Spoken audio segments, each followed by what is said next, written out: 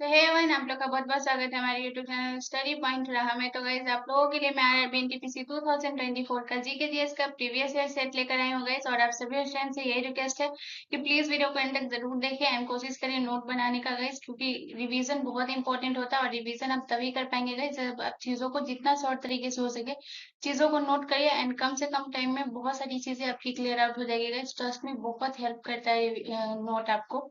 तो नोट बनाइए and revision करिए। तो चलिए गाइस, इस आरआरबी एनटीपीसी 2024 के जीके जीएस के प्रीवियस ईयर सेट को स्टार्ट करते हैं। और आज का हमारा आरआरबी का सेट जो है गाइस, ये आपको ध्यान रखना है। आरआरबी एनटीपीसी का सेट सेट 30 है, ये आपको ध्यान रखना है, ठीक है। तो चलिए आज के सेशन को स्टार्ट करते हैं। और हमारा पहला प्रश्न है, क्वेश्चन नंबर 1 है। क्वेश्चन नंबर 1 हमसे कह रहा है कि निम्नलिखित में से किसे ठुमरी की रानी के रूप में जाना जाता है। मोस्ट इंपॉर्टेंट प्रश्न है गाइस, मोस्ट मोस्ट इंपॉर्टेंट प्रश्न है गाइस। बताइए कि ठुमरी की रानी के रूप में किसे जाना जाता है। तो आपके ऑप्शन ए गिरजा देवी को, ऑप्शन बी अन्नपूर्णा देवी को, ऑप्शन सी नैना देवी को, या ऑप्शन डी रीता देवी को। तो गाइस इसका जो करेक्ट आंसर होगा वो होगा option A is the correct answer. Thumri की रानी के रूप में गिरजा देवी को जाना जाता है, ये आपको ध्यान रखना है। अगर हम बात करें गाइस कि ठुमरी की उत्पत्ति जो है ये कहाँ से हुई है, तो सबसे पहले हम जानेंगे ठुमरी की उत्पत्ति के बारे में। ये बहुत इंपॉर्टेंट पॉइंट लिखा रही हूँ, याद रखिएगा। तो ठुमरी की उत्पत्ति जो हुई है वो कहाँ से हुई है, ये क्वेश्चन भी पूछता है गाइस, तो ये आपको ध्यान रखना है कि ठुमरी की उत्पत्ति जो हुई है ये आपको ध्यान रखना है कहाँ से हुई है। तो ठुमरी की उत्पत्ति लखनऊ से हुई। तो ये भी बहुत इंपॉर्टेंट प्रश्न है, याद रखिएगा कि ठुमरी की उत्पत्ति कहाँ से हुई है। तो ये आपको ध्यान रखना है कि ठुमरी की उत्पत्ति जो है लखनऊ से हुई थी। पहला पॉइंट आपको याद रखना। और लखनऊ की जो है ये किसके दरबार से हुई थी, ये भी आपको ध्यान रखना है गाइस। तो ये आपको ध्यान रखना है कि वाजिद अली के दरबार से इसकी उत्पत्ति हुई थी ठुमरी की। सबसे इंपॉर्टेंट पॉइंट है, इसको आपको नोट कर लेना है, ठीक है। तो ठुमरी की रानी के रूप में जो है ये किसे जाना जाता है गाइस, ये आपको ध्यान रखना है गिरजा देवी को, जो कि आपकी पिक्चर में दिख रही है, यही है हमारी गिरजा देवी। उसके बाद आपको याद रखना है कि इसकी उत्पत्ति कहाँ से हुई है, तो लखनऊ से। और किसके दरबार से, तो वाजिद अली के दरबार से हुई है, ये भी आपको ध्यान रखना है इसकी उत्पत्ति। उसका सबसे इंपॉर्टेंट पॉइंट याद रखना है गाइस कि गिरजा देवी के बारे में। सो गाइस गिरजा देवी जो थी वो बनारस घराने की जो है वो भारतीय शास्त्रीय गायिका थी, ये आपको ध्यान रखना है। गिरजा देवी क्या थी गाइस, ये आपको यहाँ पे नोट कर लेना है कि ये किस घराने से थी। तो सबसे पहले आपको ध्यान रखना है कि गिरजा देवी जो है ये बनारस घराने से थी, ये आपको ध्यान रखना है। और भारतीय शास्त्रीय की जो है ये गायिका थी, ये आपको ध्यान रखना है। तो पहला पॉइंट आपको ये भी बहुत इंपॉर्टेंट है, याद रखिएगा कि गिरजा देवी किस घराने से गए, तो याद रखिएगा बनारस घराने से। और क्या थी गाइस, तो ये है गायिका। यानी ठुमरी एक जो है ये आपका गीत है, ये आपको ध्यान रखना है। तो बनारस घराने की गायिका थी, ये आपको ध्यान रखना है, ठीक है। उसके बाद हम बात करते हैं गाइस गिरजा देवी को जो है सबसे इंपॉर्टेंट पॉइंट पद्मश्री। पद्मश्री गिरजा देवी को कब मिला गाइस, ये आपको पता है तो मुझे कमेंट करके जरूर बताइए कि गिरजा देवी को पद्मश्री कब मिला था। बहुत इंपॉर्टेंट पॉइंट है, याद रखिएगा। तो गाइस आपको याद रखना है कि गिरजा देवी को पद्मश्री मिला था, वो मिला था 1972 में। गिरजा देवी को पद्मश्री मिला था, ये आपको ध्यान रखना है। अगर हम बात करें कि इन्हें पद्म भूषण कब मिला था गाइस, ये आपको ध्यान रखना है। तो पद्मश्री इन्हें 1972 में मिला था। लेकिन अगर हम पद्म भूषण की बात करें गाइस, तो इन्हें पद्म भूषण जो मिला था वो 1989 में मिला था, ये आपको ध्यान रखना है। 1989 में इन्हें पद्म भूषण मिला था, ये आपको ध्यान रखना है। उसके बाद अगर हम बात करें गाइस पद्म विभूषण इन्हें कब मिला गाइस, उसके बाद हम बात करते हैं कि इन्हें पद्म विभूषण कब मिला। ये जितना भी पॉइंट लिखा रही है सब गिरजा देवी से रिलेटेड है गाइस, तो याद रखिएगा इन्हें पद्म विभूषण मिला था गाइस। अगर आपसे क्वेश्चन पूछे कि गिरजा देवी को पद्म विभूषण कब मिला था, तो ये भी आपके लिए बहुत इंपॉर्टेंट है, याद रखिएगा। तो इन्हें पद्म विभूषण जो मिला था गाइस 2016 में इन्हें पद्म विभूषण मिला, ये आपको ध्यान रखना है। गिरजा देवी को पद्म विभूषण कब मिला गाइस, तो ये आपको ध्यान रखना है कि 2016 में इन्हें पद्म विभूषण मिला। उसके बाद आपको याद रखना है कि इन्हें संगीत नाटक अकादमी पुरस्कार कब मिला। मोस्ट इंपोर्टेंट पॉइंट ये भी आपको याद रखना है कि गिरजा देवी को संगीत नाटक अकादमी पुरस्कार इन्हें कब मिला गाइस, ये भी बहुत इंपॉर्टेंट है, ये भी आपको याद रखना है। तो इन्हें संगीत नाटक अकादमी पुरस्कार मिला था गिरजा देवी को गाइस, कब मिला था, तो मिला था 1977 में, ठीक है। तो संगीत नाटक अकादमी पुरस्कार इन्हें कब मिला था गाइस, तो ये आपको ध्यान रखना है कि इन्हें संगीत नाटक अकादमी पुरस्कार जो मिला था गाइस, ये आपको ध्यान रखना है इन्हें कब मिला था, तो ये आपको ध्यान रखना है 1977 में इन्हें संगीत नाटक अकादमी पुरस्कार मिला। तो ये आपको ध्यान रखना है कि ठुमरी एक भारतीय शास्त्रीय संगीत है गाइस, ये आपको ध्यान रखना है, जिसकी उत्पत्ति लखनऊ के वाजिद अली के दरबार से हुई थी। और गिरजा देवी को ठुमरी के रानी के रूप में जाना जाता है, जो कि बनारस घराने की गायिका थी। अगर हम बात करें, इन्हें पद्म श्री मिला था 1972 में, पद्म भूषण मिला था 1989 में, पद्म विभूषण मिला था 2016 में, और इन्हें संगीत नाटक अकादमी पुरस्कार मिला था 1977 में। इतना पॉइंट आपको याद कर लेना है, बहुत इंपॉर्टेंट है। आप जो पिक्चर में देख रही हैं यही है गिरजा देवी, ये आपको ध्यान रखना है। चलिए नेक्स्ट क्वेश्चन की तरफ। अगला क्वेश्चन हमारा क्वेश्चन नंबर 2 है। इस क्वेश्चन नंबर 2 कह रहा है कि निम्न में से केन नदी किन दो राज्यों के बीच बहती है। तो आपको बताना है कि केन नदी जो है ये किन दो राज्यों के बीच बहती है।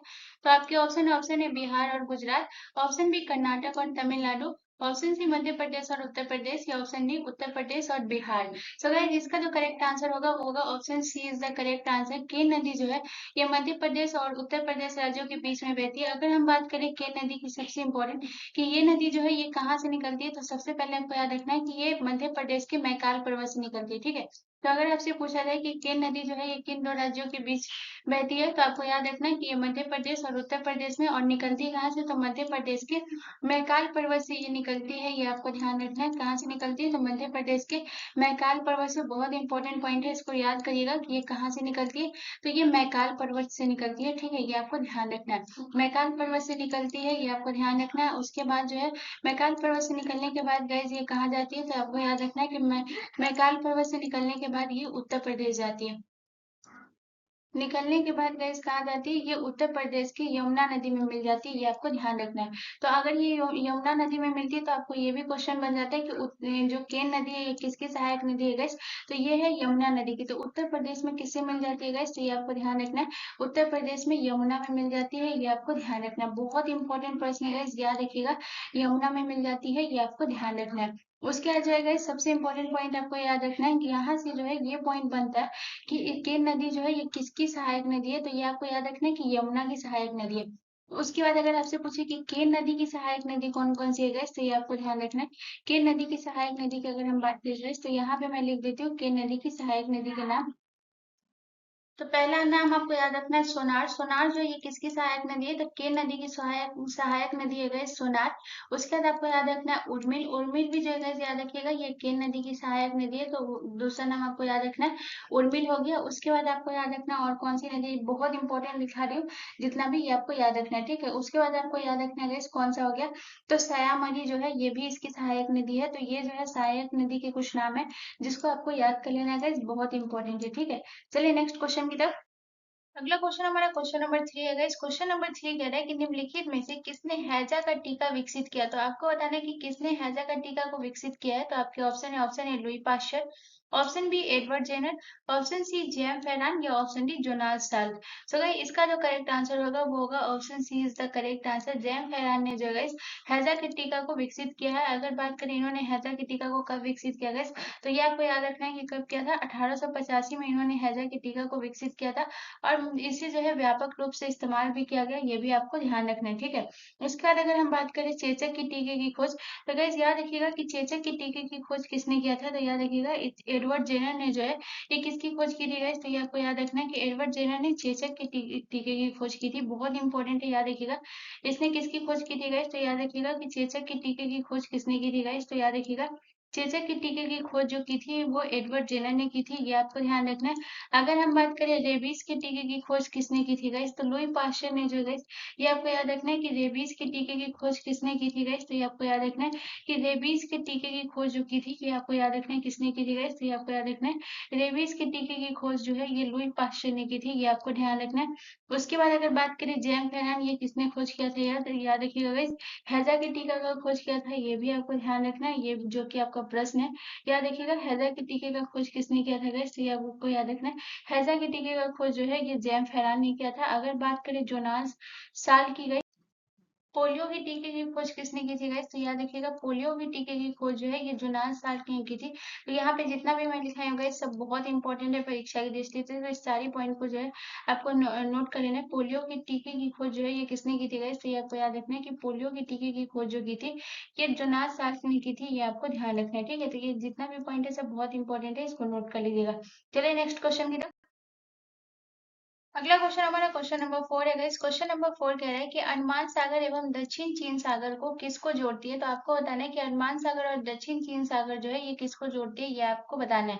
तो आपके ऑप्शन है मलक्का जलमंडल को, ऑप्शन बी पाक जल संधि को, ऑप्शन सी जिब्राल्टर को, या ऑप्शन डी सुंडा स्ट्रेट को। सो गाइस इसका जो करेक्ट आंसर होगा वो होगा option A is the correct answer. Malacca जल संधि जो है ये किसको जोड़ती है, तो अंडमान सागर एवं दक्षिण चीन सागर को जोड़ती है, ये आपको ध्यान रखना है। ठीक है, अगर हम पाक जल संधि की बात करें guys, तो पाक जल संधि किसको जोड़ती है guys, तो याद रखिएगा मन्नार एवं बंगाल की खाड़ी को कौन जोड़ता है guys, ये आपको ध्यान रखना है। पाक जल संधि जो है ये किसको जोड़ती है guys, तो ये आपको ध्यान रखना है कि पाक जल संधि जो है ये मन्नार एवं बंगाल की खाड़ी को कौन जोड़ता है guys, तो ये आपको याद रखना है कि मन्नार एवं बंगाल की खाड़ी को जो जोड़ता है guys, याद रखिएगा वो कौन जोड़ता है guys, तो ये आपको याद रखना है मन्नार एवं बंगाल।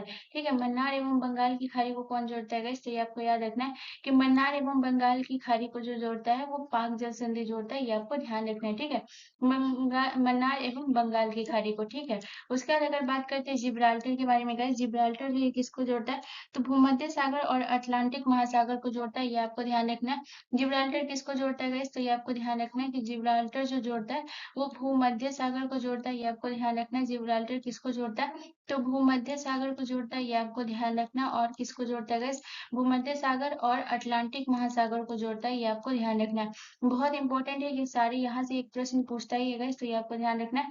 किसको जोड़ता है गाइस, तो याद रखिएगा अटलांटिक अटलांटिक महासागर को कौन जोड़ता है, तो जिब्राल्टर जोड़ता है। भूमध्य सागर और अटलांटिक महासागर को जोड़ता है, ये आपको ध्यान रखना है। ठीक है, अगर बात करते हैं गाइस सुंडा स्ट्रेट, सुंडा स्ट्रेट जो है ये किसको जोड़ता है गाइस, तो याद रखिएगा सुंडा स्ट्रेट जो जोड़ता है ये जावा सागर एवं हिंद महासागर को। ठीक है, ये किसको जोड़ता है गाइस, तो याद रखिएगा कि जावा सागर, ये आपको याद रखना है जावा सागर और हिंद महासागर को कौन जोड़ता है गाइस, तो ये आपको ध्यान रखना है कि जावा सागर और हिंद महासागर को जो जोड़ता है वो कौन जोड़ता है, ये सुंडा स्ट्रेट जोड़ता है। बहुत इंपॉर्टेंट, यहाँ पे जितना भी पॉइंट लिखाए हूँ बहुत ज्यादा इंपॉर्टेंट है, याद रखिएगा जावा सागर और हिंद महासागर को कौन जोड़ता है गाइस, तो ये आपको याद रखना है हिंद महासागर को सुंडा स्ट्रेट जोड़ता है।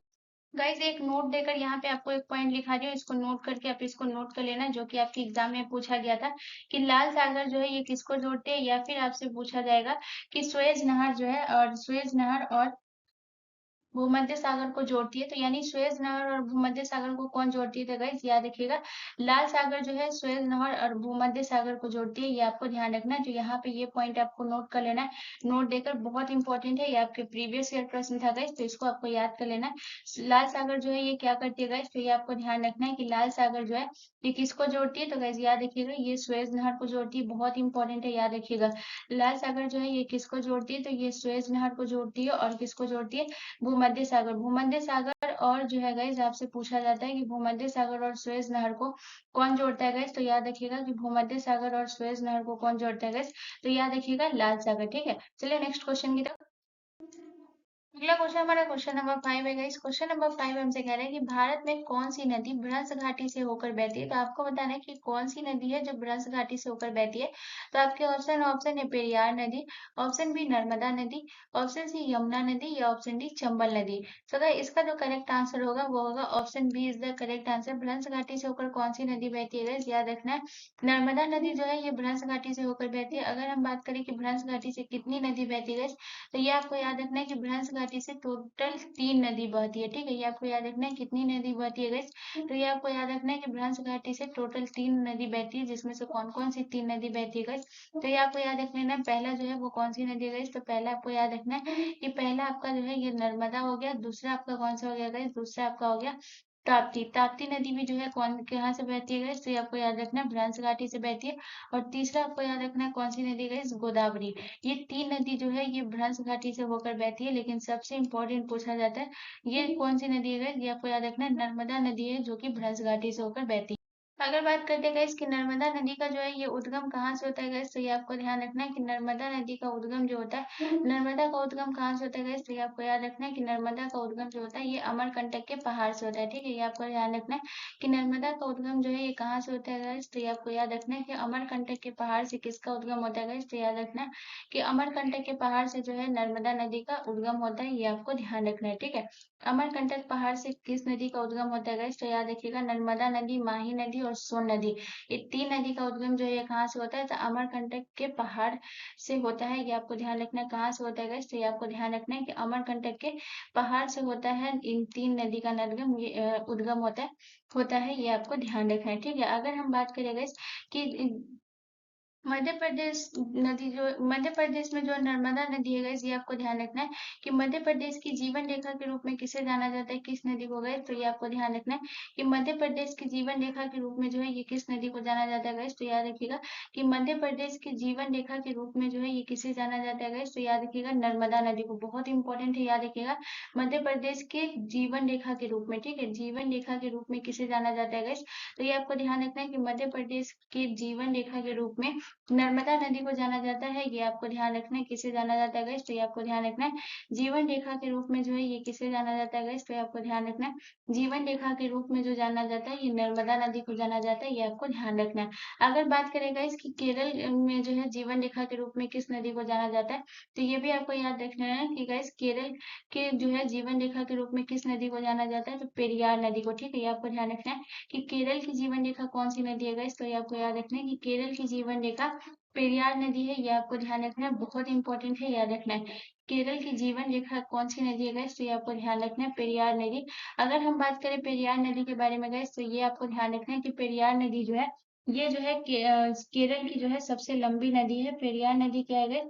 तो ये आपको ध्यान रखना है कि केरल की सबसे लंबी नदी कौन सी है गाइस? तो ये आपको ध्यान रखना है कि केरल की सबसे लंबी नदी जो है ये आपको ध्यान रखना है कौन सी है, तो पेरियार नदी जो है ये केरल की सबसे लंबी नदी है। ये भी आपको ध्यान रखना बहुत इंपॉर्टेंट है, नोट कर लीजिएगा कि केरल की सबसे लंबी नदी कौन सी है गाइस? तो ये आपको ध्यान रखना है कि केरल की सबसे लंबी नदी पेरियार नदी है, जो कि केरल की जीवन रेखा के रूप में भी जानी जाती है, ये आपको ध्यान रखना है। चलिए नेक्स्ट क्वेश्चन की तरफ। अगला क्वेश्चन हमारा क्वेश्चन नंबर 6 है गाइस। क्वेश्चन नंबर 6 कह रहा है कि भारत के गवर्नर जनरल को पहली बार वायसराय की उपाधि कब दी गई थी, ये आपको बताना है। तो आपके ऑप्शन है 1859 में, ऑप्शन बी 1858 में, ऑप्शन बी 1856 में, या ऑप्शन डी 1857 में। सो गाइस आपको याद रखना है कि 1857 का जो विद्रोह हुआ था गाइस, आप सभी को पता होगा 1857 का जो विद्रोह हुआ था, इस विद्रोह ने बहुत ज्यादा इंपॉर्टेंट है गाइस। ये जो विद्रोह है, ये इस विद्रोह के बाद जो है क्या हुआ था कि कंपनी का जो शासन था गाइस, 1857 का जो विद्रोह हुआ था, इस विद्रोह के बाद क्या हुआ था, तो कंपनी का शासन जो है ये समाप्त हो गया था और शासन किसके हाथ में आ गया था? क्राउन के हाथ में, ब्रिटिश क्राउन के हाथ में आया था। तो कंपनी का शासन क्या हुआ था गाइस? तो ये आपको ध्यान रखना है कि कंपनी का शासन जो है ये समाप्त हो चुका था। इसके बाद शासन किसके हाथ में आया? तो इसके बाद शासन जो है ब्रिटिश क्राउन के हाथ में आया। उसके बाद जो है इन्होंने 1858 में एक भारत सरकार अधिनियम पारित किया, ये आपको ध्यान रखना है। इन्होंने क्या किया था गाइस? तो ये आपको ध्यान रखना है कि भारत सरकार अधिनियम जो है इन्होंने पारित किया था, याद रखिएगा। और भारत सरकार अधिनियम कब पारित किया था गाइस? तो ये आपको याद रखना है कि भारत सरकार अधिनियम इन्होंने पारित किया था 1858 में, इन्होंने एक अधिनियम पारित किया था, ये आपको ध्यान रखना है। भारत सरकार अधिनियम जो है इन्होंने पारित किया था, ये आपको ध्यान रखना है। क्या किया था? तो भारत सरकार अधिनियम जो है पारित किया गया। इसके बाद जो है ये पारित कब हुआ था गाइस? तो ये आपको ध्यान रखना है कि 1858 में कौन सा अधिनियम पारित हुआ था, ये बहुत इंपॉर्टेंट है, ये भी पूछा जाता है, तो याद रखिएगा 1858 में भारत सरकार अधिनियम पारित हुआ। उसके बाद जो है गाइस ये क्या हुआ था, इसके बाद जो है गवर्नर जनरल की जगह क्या आ गया था? वायसराय। 1858 अधिनियम पारित हुआ और इसके बाद क्या हुआ था कि गवर्नर जनरल का पद समाप्त करके, यानी कि गवर्नर जनरल का पद का नाम बदल करके इन्होंने क्या रखा था? तो याद रखिएगा कि गवर्नर जनरल का बदल करके इन्होंने वायसराय रखा था, ठीक है, ये आपको याद रखना है। गवर्नर जनरल को समाप्त करके इन्होंने क्या रखा था गाइस? तो याद रखिएगा कि इन्होंने जो है इसका नाम बदलकर वायसराय किया, ये आपको ध्यान रखना है। ये 1858 के अधिनियम से, तो इसका करेक्ट आंसर क्या हो जाएगा? ऑप्शन बी हो जाएगा गाइस, ये आपको ध्यान रखना है, ठीक है। उसके बाद अगर हम बात करें कि भारत के पहले वायसराय कौन थे गाइस, तो ये क्वेश्चन अगर आपसे पूछे कि भारत के पहले वायसराय कौन थे गाइस, तो ये आपको ध्यान रखना है कि भारत के पहले वायसराय जो थे वो लॉर्ड कैनिंग थे, ये आपको ध्यान रखना है। भारत के पहले वायसराय कौन थे गाइस, तो ये आपको ध्यान रखना है कि भारत के पहले वायसराय जो थे वो लॉर्ड कैनिंग थे, ये आपको ध्यान रखना है। बहुत इंपॉर्टेंट प्रश्न है, पूछता ही है एग्जाम में गाइस, बहुत ज्यादा इंपॉर्टेंट है, इसको नोट कर लीजिएगा कि भारत के पहले वायसराय कौन है गाइस, तो ये आपको ध्यान रखना है कि लॉर्ड कैनिंग जो है ये भारत के पहले वायसराय थे, ये आपको ध्यान रखना है, ठीक है। चलिए नेक्स्ट क्वेश्चन की तरफ। अगला क्वेश्चन हमारा क्वेश्चन नंबर 7 है गाइस। क्वेश्चन नंबर 7 कह रहा है कि साइनोबैक्टीरिया जाति के सदस्यों का नाम क्या है। तो आपको बताना है कि साइनोबैक्टीरिया जाति के सदस्यों का नाम क्या है। तो आपके ऑप्शन है भूरा शैवाल, ऑप्शन बी हरा शैवाल, ऑप्शन सी लाल शैवाल या ऑप्शन डी नीला शैवाल।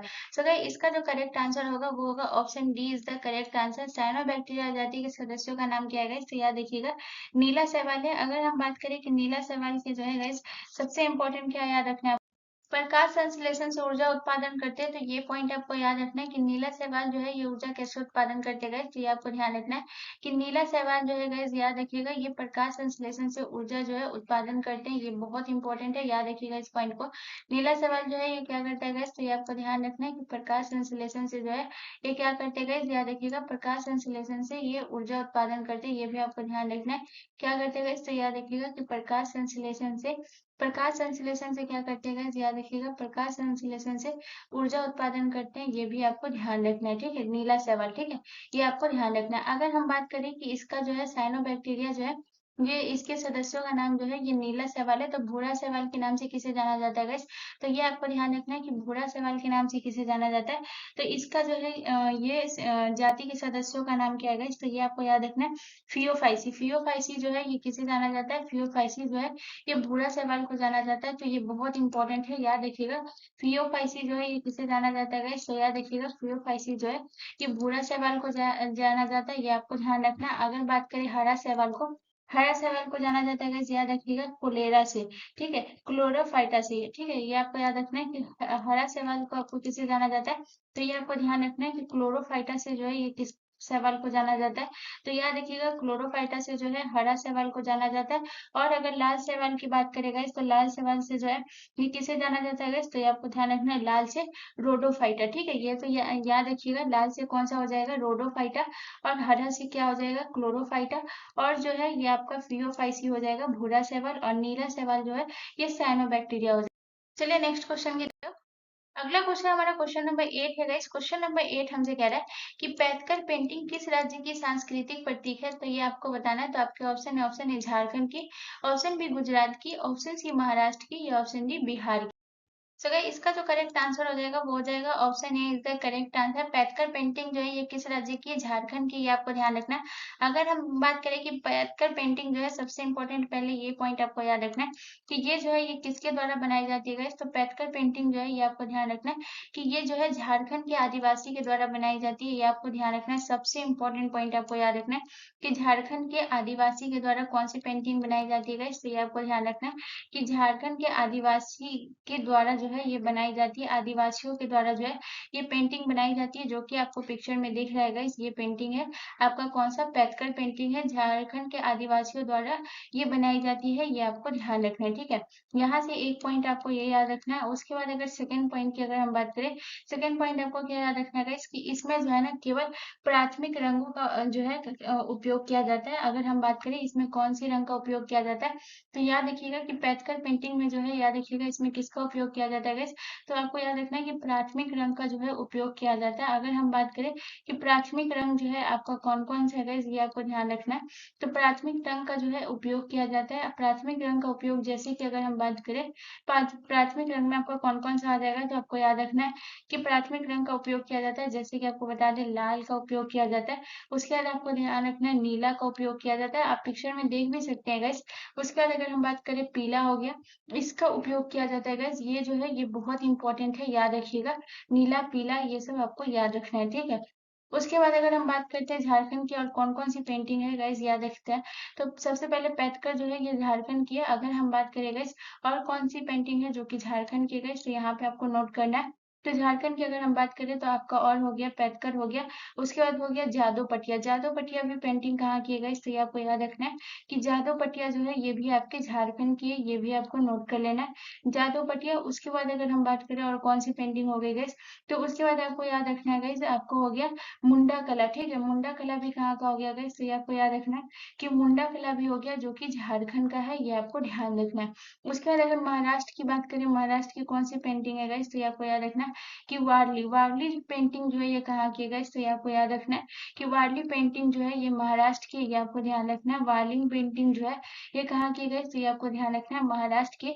बिहार की अगर बात करें तो मधुबनी पेंटिंग बहुत इंपॉर्टेंट है गाइस, याद रखिएगा। मधुबनी जिसे मिथिला के नाम से भी जाना जाता है, मधुबनी या मिथिला पेंटिंग जो है ये कहाँ की है गाइस, तो ये आपको याद रखना है कि मधुबनी और मिथिला पेंटिंग जो है ये बिहार की है, ये आपको ध्यान रखना है, ठीक है। अगर पिथौरा की बात करें तो पिथौरा जो है ये कहाँ की है गाइस, तो गुजरात की कौन सी पेंटिंग है गाइस, तो ये आपको ध्यान रखना है कि पिथौरा जो है ये कहाँ की है गाइस, तो ये आपको याद रखना है कि पिथौरा पेंटिंग जो है ये गुजरात की है, ये भी आपको ध्यान रखना है। उसके बाद पिथौरा हो गया, उसके बाद एक और याद रखिएगा पिथौरा के अथिया।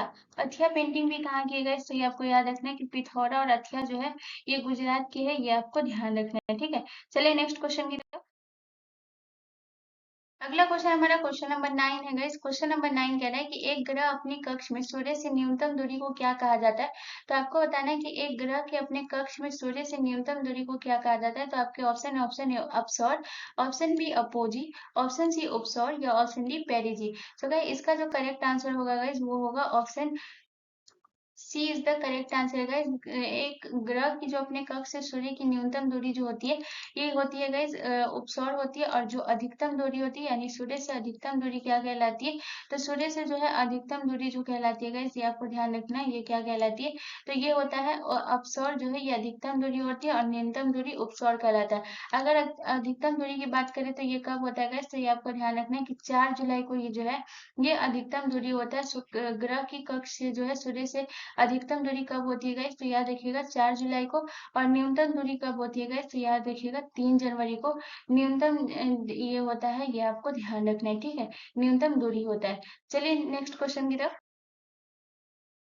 अगला क्वेश्चन हमारा क्वेश्चन नंबर 10 है गाइस। क्वेश्चन नंबर 10 कह रहा है कि निम्नलिखित में से छठ पूजा किस राज्य में मनाया जाता है। तो आपको बताना है कि छठ पूजा जो है ये किस राज्य में मनाया जाता है। तो आपके option A Karnataka, option B Maharashtra, option C Bihar या option D Punjab. So guys इसका जो करेक्ट आंसर होगा वो होगा option C is the correct answer. अगर बात करें छठ पूजा जो है ये कहाँ कहाँ मनाया जाता है गाइस, तो ये आपको याद रखना है। सबसे पहले बिहार का भी ये छठ पूजा पर्व है, याद रखिएगा। उसके बाद अगर आपको बता दें बिहार के बाद आपको याद रखना है झारखंड का भी जो है ये पर्व है, ये आपको याद रखना है। छठ पूजा जो है ये कहाँ कहाँ मनाई जाती है गाइस, तो बिहार, झारखंड और तीसरा राज्य आपको याद रखना है पश्चिम बंगाल में भी ये पर्व मनाई जाती है, तो ये आपको याद रखना है। और कहाँ मनाई जाती है, तो पश्चिम बंगाल में भी ये पर्व मनाई जाती है, ये भी आपको ध्यान रखना है। उसके बाद अगर हम बात करते हैं बिहार में कौन कौन सी पर्व मनाई जाती है गाइस, तो आपको याद रखना है होली। होली जो है ये बिहार का फेस्टिवल है, ये आपको ध्यान रखना है।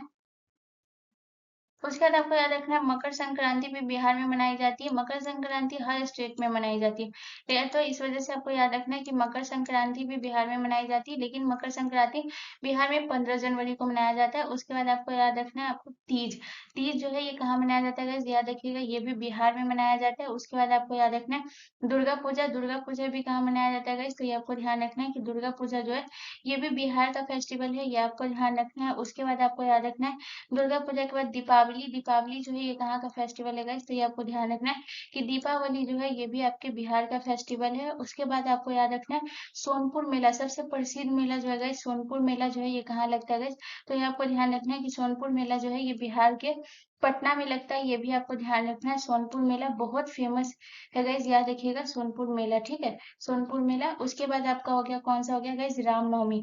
रामनवमी जो है ये कहाँ मनाया जाता है गाइस, तो ये आपको ध्यान रखना है कि रामनवमी जो है ये भी बिहार का फेस्टिवल है, तो ये बिहार के सारे फेस्टिवल की लिस्ट है, ये आपको नोट कर लेना है। चलिए नेक्स्ट क्वेश्चन की तरफ।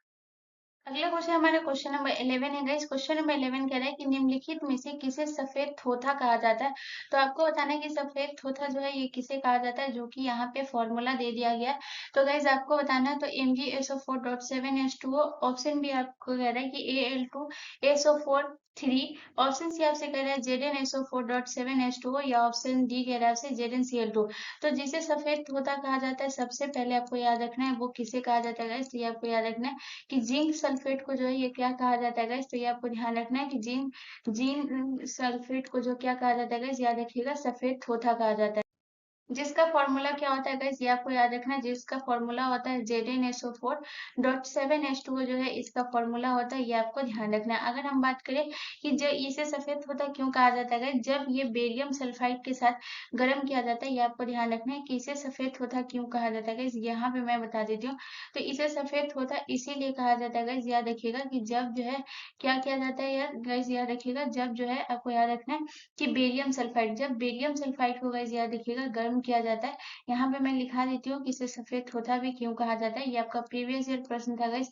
तो याद रखिएगा इसे जो है सफेद होता क्यों कहा जाता है। तो जब बेरियम सल्फाइड को जो है गाइस गर्म किया जाता है, जब बेरियम सल्फाइड को गर्म किया जाता है तो क्या होता है, तो ये इसमें जो है सफेद वर्णक यानी कि लिथोपन का जो है निर्माण करता है। यानी कि जब बेरियम सल्फाइड को गर्म किया जाता है तो किसका निर्माण करता है गाइस, तो ये आपको ध्यान रखना है कि ये जो है गर्म किया जाता है तो किसका निर्माण करता है, तो लिथोपन का। ठीक है, लिथोपन गर्म किया जाता है तो किसका निर्माण करता है, तो गाइस याद रखिएगा कि लिथोपन का निर्माण किया जाता है जो सफेद वर्णक होता है, लिथोपन का निर्माण करता है, ये आपको ध्यान रखना है, जो कि एक सफेद वर्णक होता है, इसी वजह से इसे सफेद थोथा कहा जाता है, ये आपको ध्यान रखना है। चलिए नेक्स्ट क्वेश्चन।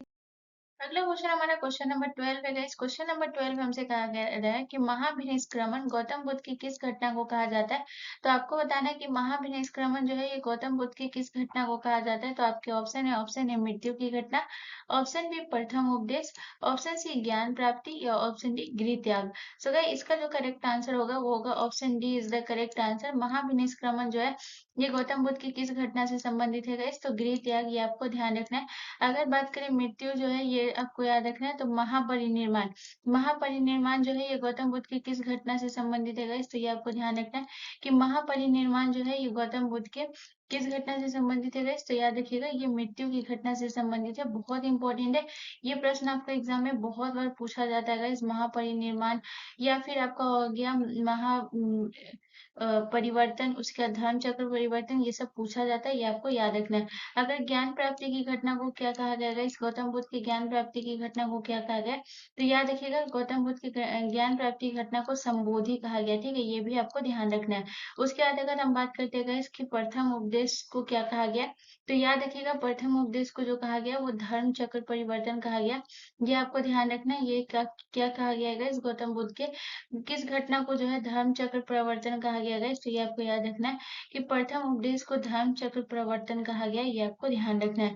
उसके बाद गृह त्याग याद रखिएगा, महाभिनिष्क्रमण इसे कहा गया।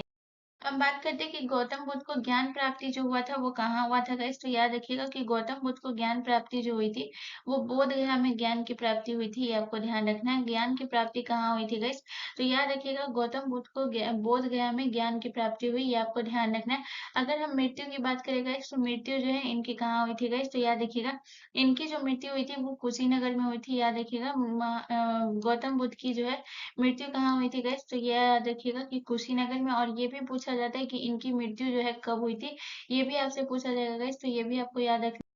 483 ईसा पूर्व में जो है गाइस याद रखिएगा इनकी मृत्यु हो गई कुशीनगर में। और कब हुआ था गाइस, तो याद रखिएगा 483 ईसा पूर्व। गौतम बुद्ध उस समय कितने अवस्था के थे गाइस, तो याद रखिएगा उस टाइम जो है जब इनकी मृत्यु हुई थी वो कितने वर्ष के थे गाइस, तो याद रखिएगा इनकी मृत्यु जो हुई वो 80 वर्ष की अवस्था में इनकी मृत्यु हुई, ये भी आपको ध्यान रखना है। इनकी मृत्यु कब हुई गाइस, तो 80 वर्ष की अवस्था में, 80 वर्ष की अवस्था में जो है ये गाइस 80 वर्ष की अवस्था में जो है इनकी मृत्यु हुई, ये भी आपसे क्वेश्चन पूछा जाता है। तो याद रखिएगा कि इनकी मृत्यु कब हुई, तो 80 वर्ष की अवस्था में। ठीक है, ये भी आपको ध्यान रखना है।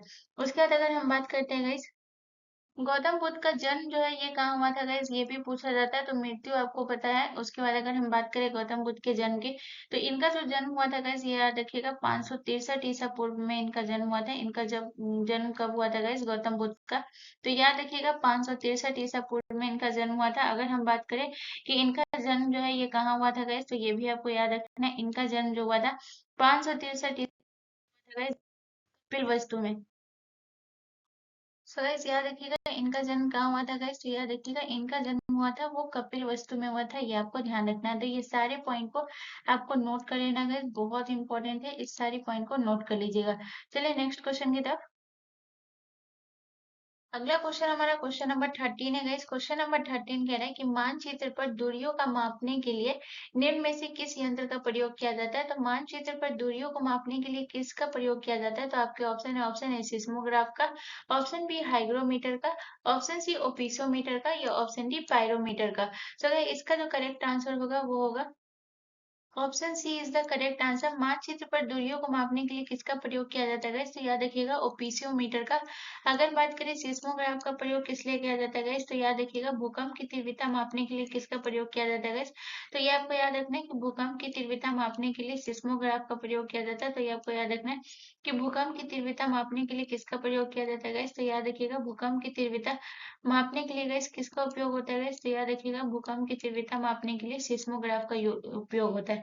अगर बात करते हैं गाइस हाइग्रोमीटर का, हाइग्रोमीटर का जो उपयोग है ये किस लिए किया जाता है गाइस तो याद रखिएगा हाइग्रोमीटर का उपयोग जो है वो वायु की आर्द्रता मापने के लिए किसका प्रयोग किया जाता है गाइस तो याद रखिएगा वायु की आर्द्रता मापने के लिए जो है हाइग्रोमीटर का प्रयोग किया जाता है। ये आपको ध्यान रखना है। वायु की आर्द्रता मापने के लिए किसका उपयोग किया जाता है गाइस तो याद रखिएगा वायु की आर्द्रता मापने के लिए जो है ये किसका प्रयोग होता है तो याद रखिएगा ये होता है हाइग्रोमीटर का। ठीक है, अगर हम बात करते हैं पायरोमीटर, पायरोमीटर का उपयोग किस लिए होता है गाइस तो याद रखिएगा पायरोमीटर का जो होता है वो उच्च तापमान मापने के लिए किसका प्रयोग होता है गाइस तो याद रखिएगा उच्च तापमान मापने के लिए ये किसका प्रयोग होता है तो उच्च तापमान मापने के लिए ये होता है गाइस किसका होता है पायरोमीटर का होता है। ठीक है, तो इसको भी आपको ध्यान रख लेना है, ये बहुत इंपॉर्टेंट है। याद रखिएगा कि ये किसको नापने के लिए किसका प्रयोग किया जाता है।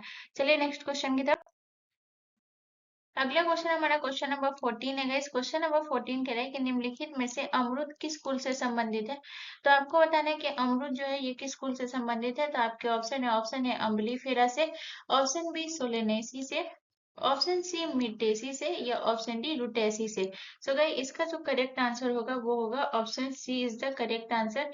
ये अमरूद जो है ये किस कुल से संबंधित है गाइस तो याद रखिएगा मिर्टेसी से संबंधित है। अगर एम्बलीफेरा की बात करें, अम्बलीफेरा से जो है वो कौन कौन संबंधित है अम्बलीफेरा कुल से। तो अगर आपसे क्वेश्चन पूछा जाए मोस्ट इंपोर्टेंट पॉइंट है याद रखिएगा कि लौंग किस कुल से संबंधित है गाइस तो याद रखिएगा अम्बलीफेरा से संबंधित है। उसके बाद अगर हम बात करें धनिया, धनिया जो है ये किस कुल से संबंधित है गाइस तो याद रखिएगा धनिया जो है ये भी अम्बलीफेरा से संबंधित है। उसके बाद अगर हम बात करें और कौन सा है गाइस तो याद रखिएगा जीरा, जीरा जो है ये किस कुल से संबंधित है गाइस तो याद रखिएगा जीरा जो है ये भी अम्बलीफेरा कुल से संबंधित है। सौंफ, सौंफ जो है ये किस कुल से संबंधित है गाइस तो याद रखिएगा ये भी अम्लीफेरा से संबंधित है। अगर हम बात करते हैं गाइस मिटेसी, मिटेसी से आपका कौन कौन सा संबंधित है। तो सबसे पहले आपका जो प्रश्न था जो पूछा गया था अमरुद किस कुल से संबंधित है गाइस तो याद रखिएगा अमरुद जो है ये मिटेसी से संबंधित है। उसके बाद अगर हम बात करते हैं गाइस आपका जामुन, जामुन जो है ये किस कुल से संबंधित है गाइस तो याद रखिएगा जामुन जो है ये आपका मिटेसी से संबंधित है, ये आपको ध्यान रखना है। अब बात करते हैं सोलेनेसी से, मोस्ट इंपोर्टेंट पॉइंट कि आलू किस कुल से संबंधित है, ये आपका प्रीवियस ईयर प्रश्न था गाइस तो याद रखिएगा आलू जो है ये सोलेनेसी से संबंधित है, ये आपको ध्यान रखना है। उसके बाद अगर हम बात करते हैं आलू के बाद आपको याद रखना है टमाटर, टमाटर जो है ये किस कुल से संबंधित है गाइस तो याद रखिएगा सोलेनेसी से। इसके बाद आपको याद रखना है बैंगन, बैंगन जो है ये किस कुल से संबंधित है गाइस तो याद रखिएगा ये भी सोलेनेसी से संबंधित है। उसके बाद अगर हम बात करते हैं गाइस आपका जो है तंबाकू, तंबाकू जो है ये किस कुल से संबंधित है गाइस तो याद रखिएगा तंबाकू जो है ये सोलेनेसी से संबंधित है, ये भी आपको ध्यान रखना है। हम बात करते हैं रुटेसी से, रुटेसी से आपका कौन कौन सा संबंधित है गाइस तो ये आपको याद रखना है। नींबू, नींबू जो है ये किस कुल से संबंधित है गाइस तो याद रखिएगा कि नींबू जो है ये आपके रुटेसी से संबंधित है। उसके बाद आपको याद रखना है संतरा, संतरा किस कुल से संबंधित है गाइस तो ये भी आपको याद रखना है रुटेसी से संबंधित है। उसके बाद अगर हम बात करते हैं गाइस मौसमी, मौसमी जो है ये किस कुल से संबंधित है गाइस तो याद रखिएगा मौसमी जो है ये किससे संबंधित है तो ये है आपके रुटेसी से, ये आपको ध्यान रखना है। चलिए नेक्स्ट क्वेश्चन की तरफ। अगला क्वेश्चन हमारा क्वेश्चन नंबर 15 है गाइस। क्वेश्चन नंबर 15 कह रहा है कि केंद्रीय वन अनुसंधान संस्थान कहाँ स्थित है।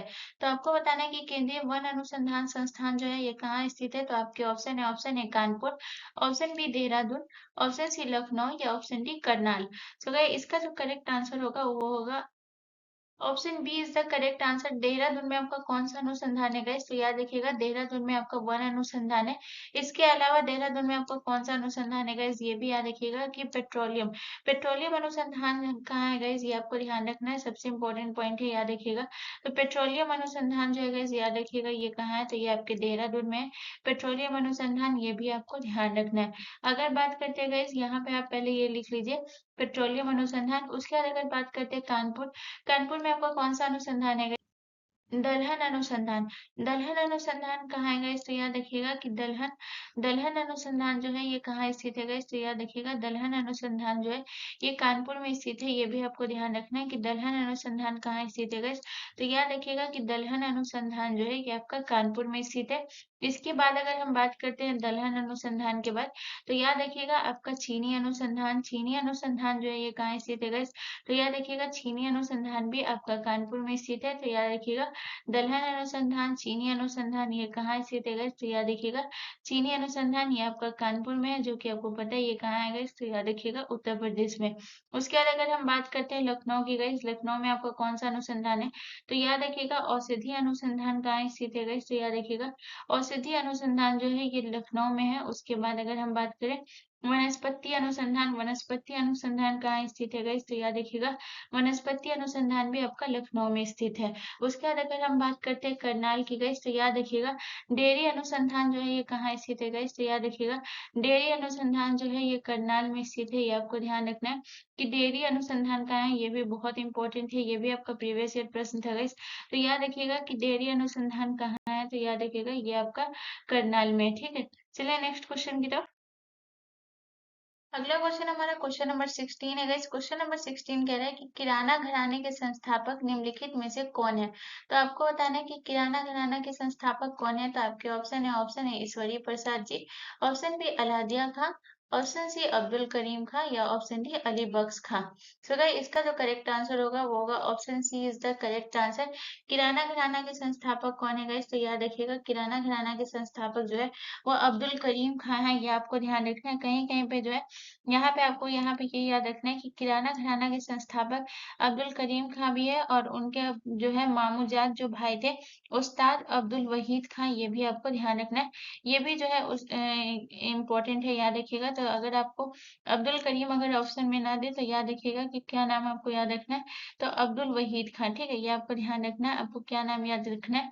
तो आपको याद रखना है कि अब्दुल वहीद खां जो है ये भी संस्थापक है, लेकिन आपको जो है अब्दुल करीम खां ही दिया जाता है। लेकिन अगर कहीं ऑप्शन में ना दी गई तो याद रखिएगा कि इन्हें भी संस्थापक माना जाता है, अब्दुल वहीद खां को भी संस्थापक माना जाता है। ये आपको ध्यान रखना है, अब्दुल करीम खां और अब्दुल वहीद खां इन दोनों को माना जाता है। ये आपको याद रखिएगा संस्थापक किसके गए तो याद रखिएगा संस्थापक किराना घराना के, ठीक है, ये भी आपको ध्यान रखना है। उसके बाद अगर हम बात करते हैं उसके बाद बात करते हैं ईश्वरी प्रसाद गाइस। ईश्वरी प्रसाद बहुत इंपॉर्टेंट है, याद रखिएगा लखनऊ घराने के संस्थापक कौन है गाइस? तो ये आपको याद रखना है कि लखनऊ घराने के संस्थापक कौन है। तो याद रखिएगा कि लखनऊ घराने के संस्थापक जो है गाइस, याद रखिएगा वो कौन है। तो ईश्वरी प्रसाद जी है, ये आपको ध्यान रखना है कौन है गाइस। तो याद रखिएगा लखनऊ घराने के संस्थापक है, ये भी आपको ध्यान रखना है, ठीक है। उसके बाद बात करते हैं अलादिया खां। अलादिया खां जो है ये कहाँ के संस्थापक है गाइस? तो याद रखिएगा जयपुर घराने के संस्थापक कौन है गाइस? तो याद रखिएगा जयपुर घराने के संस्थापक है ये है अलादिया खां, जयपुर घराने के संस्थापक है। और लखनऊ घराने के संस्थापक कौन है गाइस? तो याद रखिएगा लखनऊ घराने के संस्थापक जो है वो ईश्वरी प्रसाद जी है, ठीक है। और जयपुर घराने के संस्थापक जो है ये अलादिया खां है, ये आपको ध्यान रखना है। उसके बाद अगर हम बात करते हैं अली बख्श खां गाइस, याद रखिएगा अली बख्श खां जो है ये पटियाला घराना के संस्थापक है, याद रखिएगा। पटियाला घराना के संस्थापक कौन है गाइस? तो याद रखिएगा पटियाला घराना के संस्थापक ये है अली बख्श खां, पटियाला घराना के संस्थापक है, ये आपको याद रखना है। पटियाला घराना के संस्थापक है, ये भी आपको ध्यान रखना है। देखिए जितने भी संस्थापक लिखे हैं वो बहुत इंपॉर्टेंट है, याद रखिएगा। पटियाला घराना के संस्थापक हो या जयपुर घराने के संस्थापक हो या किराना घराने के संस्थापक हो, बहुत इंपॉर्टेंट है, प्रश्न रहता ही है गाइस। तो प्लीज आप सभी नोट करते हुए चलिएगा। चलिए नेक्स्ट क्वेश्चन की तरफ। अगला क्वेश्चन हमारा क्वेश्चन नंबर 17 है गाइस। क्वेश्चन नंबर 17 कह रहा है कि निम्न में से कौन सी धातु सबसे अधिक प्रतिक्रियाशील धातु है? तो आपको बताना है कि कौन सी धातु है जो सबसे अधिक प्रतिक्रियाशील धातु है। तो आपके ऑप्शन है copper, option B calcium, option C iron, या ऑप्शन डी जिंक। तो गाइस इसका जो करेक्ट आंसर होगा वो होगा option B is the correct answer. सबसे अधिक जो है निम्न में से जो सबसे अधिक धातु जो सबसे अधिक प्रतिक्रियाशील है, याद रखिएगा वो है कैल्शियम। अगर हम बात करें सबसे अधिक प्रतिक्रियाशील धातु और कौन कौन से है गाइस, तो याद रखिएगा बहुत इंपॉर्टेंट है, यहाँ पे लिखा रही हूँ। तो सबसे पहले आपको याद रखना है पोटेशियम। पोटेशियम भी जरूरी नहीं आपको कैल्शियम ही ऑप्शन में दे, तो याद रखिएगा कि पोटेशियम भी है जो कि आपकी सबसे अधिक प्रतिक्रियाशील धातु है, ये आपको याद रखना है पोटेशियम। उसके बाद आपको दूसरा नाम याद रखना है गाइस सोडियम। सोडियम भी जो है सबसे अधिक प्रतिक्रियाशील धातु है, तो ये आपको याद रखना है सोडियम। उसके बाद आपको याद रखना है कैल्शियम। उसके बाद आपको याद रखना है गाइस लिथियम। ये जितनी भी है गाइस याद रखिएगा ये सारी जो है सबसे अधिक प्रतिक्रियाशील है। तो जरूरी नहीं आपसे कैल्शियम ही दे या जरूरी नहीं आपसे सोडियम दे, तो यहाँ पे जितने भी ऑप्शन है इस सबको याद रखिएगा, ये आपके लिए बहुत इंपॉर्टेंट है। चलिए नेक्स्ट क्वेश्चन की तरफ। अगला क्वेश्चन हमारा क्वेश्चन नंबर 18 है गाइस। क्वेश्चन नंबर 18 कह रहा है कि मौलिक अधिकारों का प्रमुख उद्देश्य है। तो आपको बताना है कि मौलिक अधिकार का प्रमुख उद्देश्य क्या है। तो आपके ऑप्शन है, ऑप्शन ए न्यायपालिका की स्वतंत्रता को सुनिश्चित करना, ऑप्शन बी समाज में समाजवादी ढांचे को बढ़ावा देना, ऑप्शन सी व्यक्तिगत स्वतंत्रता को सुनिश्चित करना, या ऑप्शन डी उपयुक्त सभी को सुनिश्चित करना। अब बहुत लोग क्या करेंगे गाइस, ये जो ऑप्शन डी है आपका उपयुक्त सभी को सुनिश्चित करना, इसमें करेक्ट कर देंगे। क्वेश्चन सही से पढ़ेंगे नहीं गए, यहाँ पे आपसे क्या बोला है कि मौलिक अधिकार, ठीक है। और मौलिक अधिकार जो है जब आपसे पूछ रहे थे इसमें जो है ये सारी चीजें नहीं आएगी। जब राज्य के नीति निर्देशक तत्व के बारे में बात होता है तो ये सारी बातें आती तो समझ में आता, लेकिन यहाँ पे सिर्फ आपका मौलिक अधिकार है, तो ये आपको ध्यान रखना है। इसका करेक्ट आंसर क्या हो जाएगा, ऑप्शन सी हो जाएगा। व्यक्तिगत स्वतंत्रता को सुनिश्चित करना मौलिक अधिकार का प्रमुख उद्देश्य है, ये आपको ध्यान रखना है। तो ऑप्शन सी हमारा करेक्ट आंसर हो जाएगा। चलिए नेक्स्ट क्वेश्चन की तरफ। अगला क्वेश्चन हमारा क्वेश्चन नंबर 19 है गाइस। क्वेश्चन नंबर 19 हमसे कह रहा है कि वित्त आयोग के गठन निम्न में से किसके द्वारा किया जाता है। तो वित्त आयोग का गठन जो है वो किसके द्वारा किया जाता है। तो आपके ऑप्शन है, ऑप्शन ए सुप्रीम कोर्ट के द्वारा, ऑप्शन बी राष्ट्रपति के द्वारा, ऑप्शन सी उपराष्ट्रपति के द्वारा, या ऑप्शन डी उच्च न्यायालय के द्वारा। तो गाइस इसका जो करेक्ट आंसर होगा वो होगा option B is the correct answer. वित्त आयोग का गठन जो है वो किसके द्वारा किया जाता है, राष्ट्रपति के द्वारा। अगर हम बात करें कि वित्त आयोग का गठन किस अनुच्छेद के द्वारा किया जाता है गाइस, तो ये आपको याद रखना है, ये भी प्रीवियस ईयर आपको प्रश्न था। तो याद रखिएगा वित्त आयोग का गठन जो है वो अनुच्छेद 280 के तहत किया जाता है, यानी वित्त आयोग के गठन का प्रावधान संविधान के किस अनुच्छेद में, तो आर्टिकल 280 में। चलिए नेक्स्ट क्वेश्चन की तरफ। अगला क्वेश्चन हमारा क्वेश्चन नंबर 20 है गाइस। क्वेश्चन नंबर 20 कह रहा है कि द्रोणाचार्य पुरस्कार कब स्थापित किया गया था। तो आपको बताना है कि द्रोणाचार्य पुरस्कार जो है वो कब स्थापित किया गया। तो आपके ऑप्शन है, ऑप्शन है 1969 में, ऑप्शन बी 1985 में, ऑप्शन सी 1997 में, या ऑप्शन डी 1978 में। सो गाइस इसका जो करेक्ट आंसर होगा वो होगा option B is the correct answer. Dronacharya पुरस्कार ये कब स्थापित किया गया था, तो 1985 में स्थापित किया गया था, ये आपको ध्यान रखना है। अगर बात करें कि द्रोणाचार्य पुरस्कार जो है ये किसे दिया जाता है गैस, तो ये आपको ध्यान रखना है कि खेल में जो है उत्कृष्ट जो कोच होते हैं उन्हें दिया जाता है। तो ये आपको ध्यान रखना है कि खेल के जो है उत्कृष्ट कोच होते हैं, कोचों को दिया जाता है, ये आपको ध्यान रखना है। ये किसको दिया जाता है गैस, तो याद रखिएगा ये जो है उत्कृष्ट कोच को दिया जाता है, ये भी आपको ध्यान रखना है, बहुत इंपॉर्टेंट है, याद रखिएगा कि खेल के उत्कृष्ट कोच को दिया जाता है, ये आपको ध्यान रखना है। द्रोणाचार्य पुरस्कार जिसकी शुरुआत कब हुई थी गाइस, तो याद रखिएगा 1985 में जो है, ये आपको ध्यान रखना है। उत्कृष्ट कोच को दिया जाता है, ये भी आपको ध्यान रखना है। चलिए आपके आरआरबी एनटीपीसी 2024 के जीके जीएस का प्रीवियस ईयर सेट, आज का जो सेट हमारा था, सेट हमारा 30 जो है वो समाप्त होता है गाइज। आप लोग मुझे कमेंट करके जरूर बताइएगा कि अगर आप लोगों से कुछ प्रॉब्लम है या कहीं पे भी कोई दिक्कत है तो मुझे कमेंट करके जरूर पूछिएगा, मैं जरूर उसका आंसर दूंगी। तो प्लीज गाइज आप लोग चैनल को जरूर सब्सक्राइब कर लीजिएगा एंड बेल आइकन पर जरूर क्लिक कर लीजिएगा। मिलते हैं नेक्स्ट वीडियो में गाइज, धन्यवाद।